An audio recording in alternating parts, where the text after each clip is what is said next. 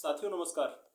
साथियों पिछली कुछ वीडियोस के कमेंट्स में ये बहुत बड़ी समस्या किसान भाइयों को फेस करने को मिल रही है कि जिन खेतों में पीएच उनका अनबैलेंस हो गया है, यानी 7 पॉइंट से 8 पॉइंट और 9 पॉइंट तक पीएच जिन खेतों का जा रहा है, तो ये एक विकट समस्या हो गई है।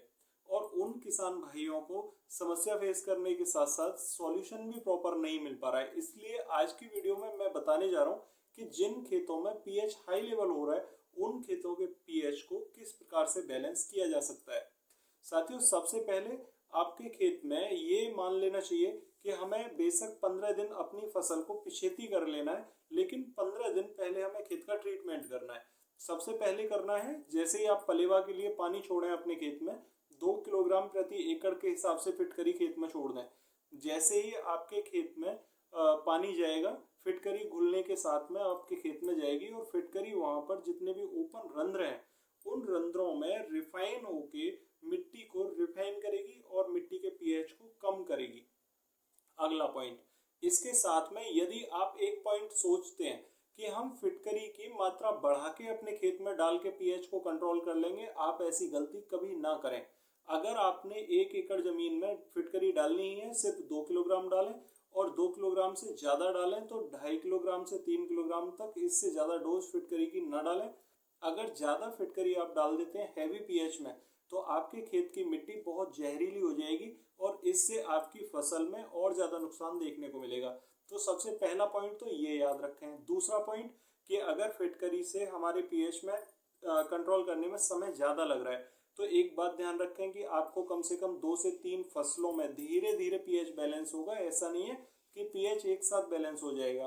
अगली बात कि पीएच को फिटकरी के साथ में बैलेंस करने के बारे में अगर हम सोच रहे हैं और उससे हम ट्राई कर रहे हैं, प्रैक्टिकल कर रहे हैं, तो इसके ऊपर दूसरा समाधान क्या है। फिटकरी को एक बार खेत में डालने के बाद में जब आप पानी लगा दें, तो उसके 8 से 10 दिन के बाद में आप जिप्सम लें।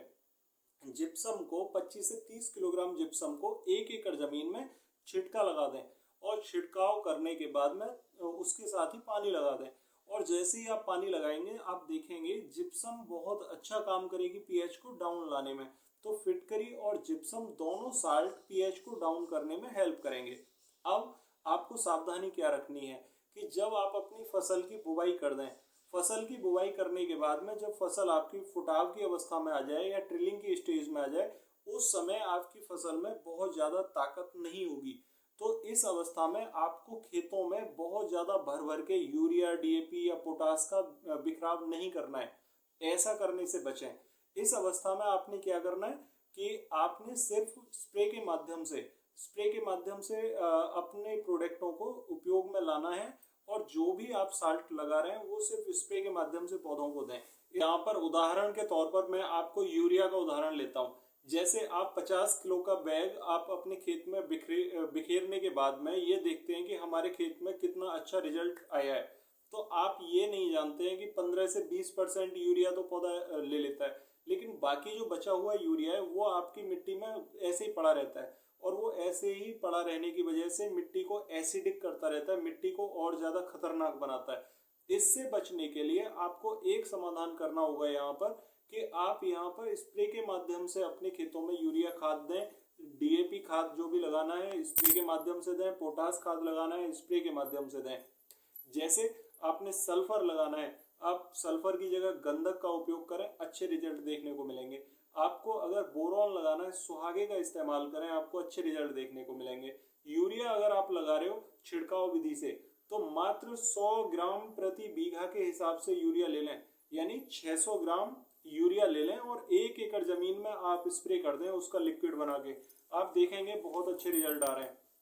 साथियों अगर आप पोटास का उपयोग कर रहे हैं, तो आप एमओपी या एसओपी वगैरह यूज करने से बढ़िया है आप 0050 ले लें।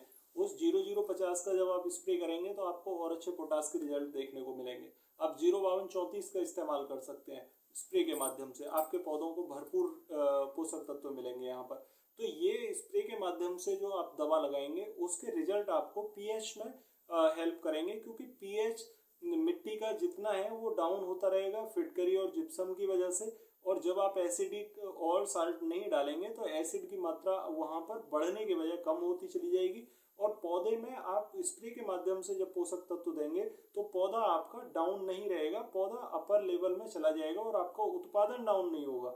सबसे बड़ी बात यह है, आप एक फसल, दो फसल या तीन फसल तक वेट कर सकते हैं आसानी से, कोई प्रॉब्लम नहीं आएगी। तो अच्छा रहेगा आप इस प्रकार से इनके लाभ उठाएं। अगली एक बात यहाँ पर जरूर ध्यान रखें कि जब भी आप जुताई करें अपने खेत की, जुताई बहुत गहरी कर दें, और गहरी जुताई करने के बाद में अपने खेत में पानी भर के खेत को छोड़ दें।